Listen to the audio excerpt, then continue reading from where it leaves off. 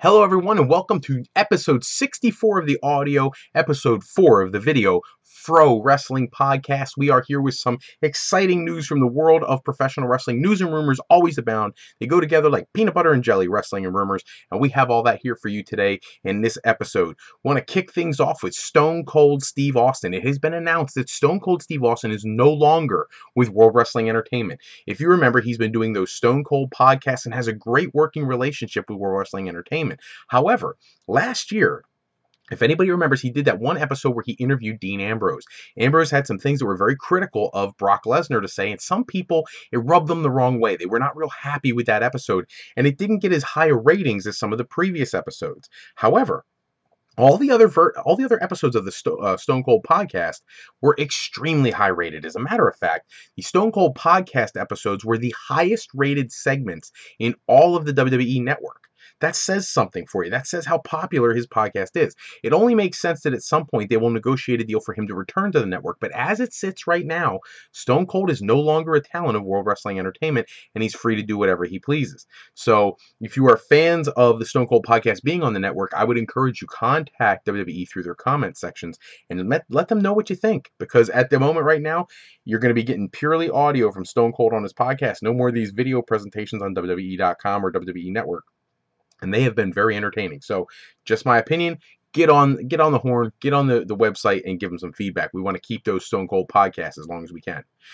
One of the call-up situations that we've been talking about recently is all these people coming up from NXT, coming up to SmackDown, coming up to Raw, and they've been phenomenal. Whether it was the Revival showing up on Raw, whether it's Ty Dillinger coming out and getting that huge ovation for the 10, 10, 10, or if you're talking about Shinsuke Nakamura showing up and interrupting The Miz. All of them were fantastic. Even some of the returns were awesome. But the rumor is it may not be over, as Elias Sampson, who a few weeks ago lost a Loser Leaves NXT match to Cassius Ohno, is now rumored to be headed to the main roster as well. Now, we don't know yet which brand he would debut on, but it is yet another talent that would really help either show really further themselves in this pseudo ratings war that they're trying to fabricate between the two brands.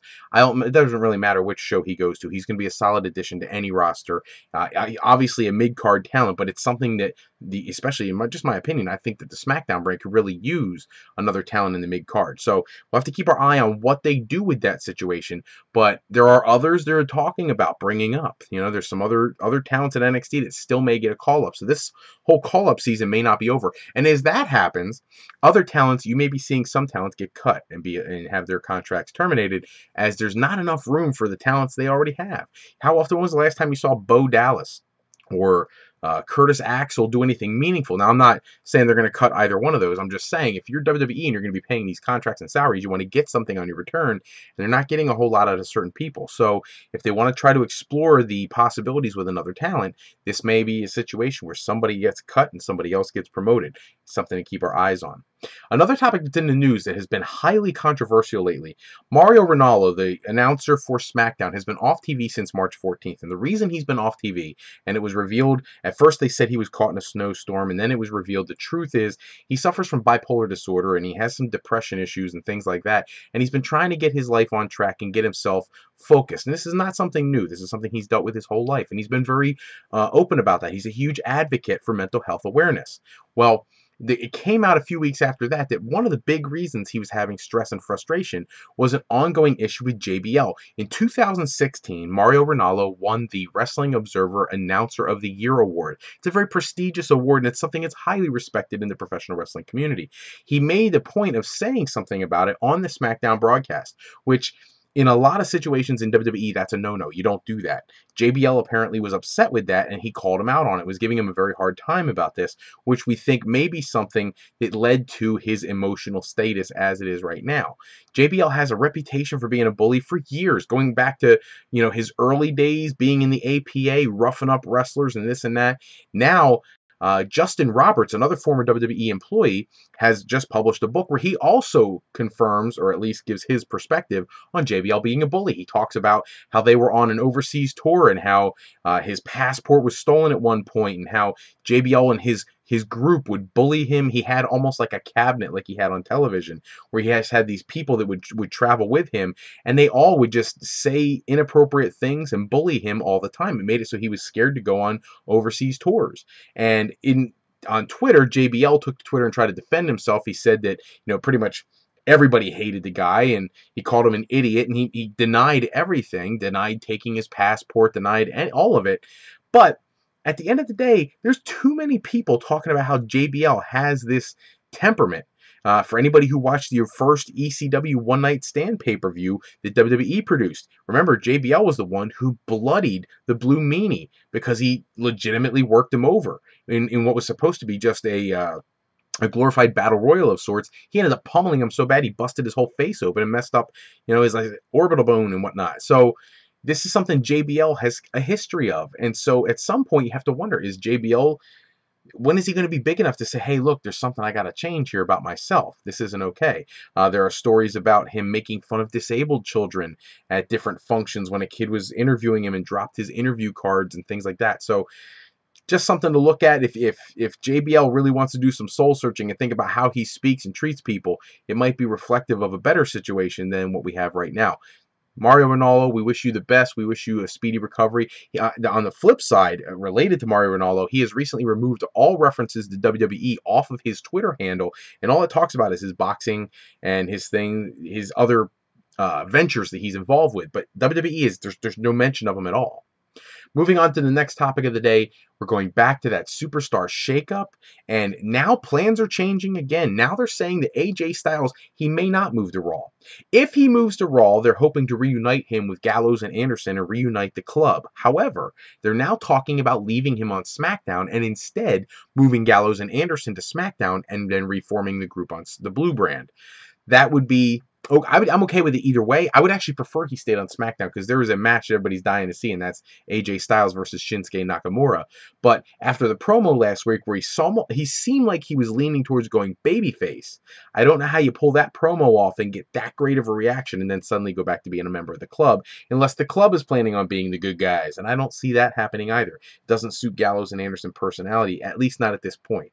So I don't know how they're going to work that, but now with that being the rumor that he's potentially going to stay there, it creates a situation where, like, well, who else is going to move around?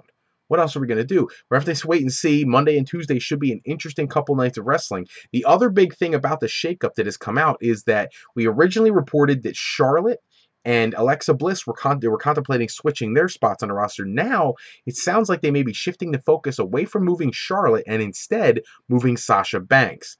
I don't know what the purpose to that is, other than they feel like Banks might be a bigger draw right this minute on SmackDown. You create some of those matches, Sasha Banks against Becky Lynch, Sasha Banks, Mickie James, whoever you want to put her with, Sasha Banks and Naomi. You have a lot of opportunities no matter who you move. You've got a fresh set of opponents. You just got to be careful you don't move too many people, because then you open up a door where you're going to have to do some double ups of things you've already done, and that's not something that ever goes over well with the WWE audience. So we're going to have to see how things progress from there. We're going to move on to our fantasy booking for this episode. This is the final 2 matches for the 128-man single elimination fantasy book tournament. You guys get to pick them. You guys move on who you want through each round. I can't wait to see who you guys pick to be your greatest wrestler of all time. Your matches today: Vern Gagne, the originator, the creator of the AWA, the American Wrestling Association, and multiple double-digit time world champion in that organization, versus the former NWA, and if I'm counting world championships, I'm going to count the world-class world championship he held for his father's promotion down in Texas, Kerry Von Erich. So, Vern Gagne of the AWA versus Kerry Von Erich of World Class Championship Wrestling. WWF fans remember him as the Texas Tornado. The other match 64, our last matchup in the first round, former WWF World Heavyweight Champion Sergeant Slaughter versus the former AWA and multiple-time USWA World Champion Jerry the King Lawler.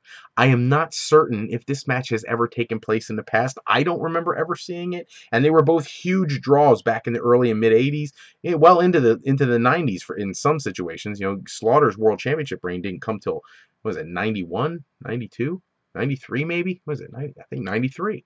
So You know, you're looking at a couple of guys who have their careers span a great amount of time, and for some reason, I don't remember them ever having any crosstalk or ever meeting in the ring. I could be wrong. You know, I've been wrong before, but that's your other match. So put your match winners down in the comments in the YouTube comment box. I will tabulate the ones from the video podcast, and the audio version, and we will see who moves on to the next round of the tournament. I can't wait to see who you guys pick. You guys would get I get more emails than anything instead of the comments. I would love for you guys to put them in the comments. The comments actually help me a little bit more, helps our podcast grow a little bit better. But I love feedback any way you give it to me. So if you want to email it, that's fine.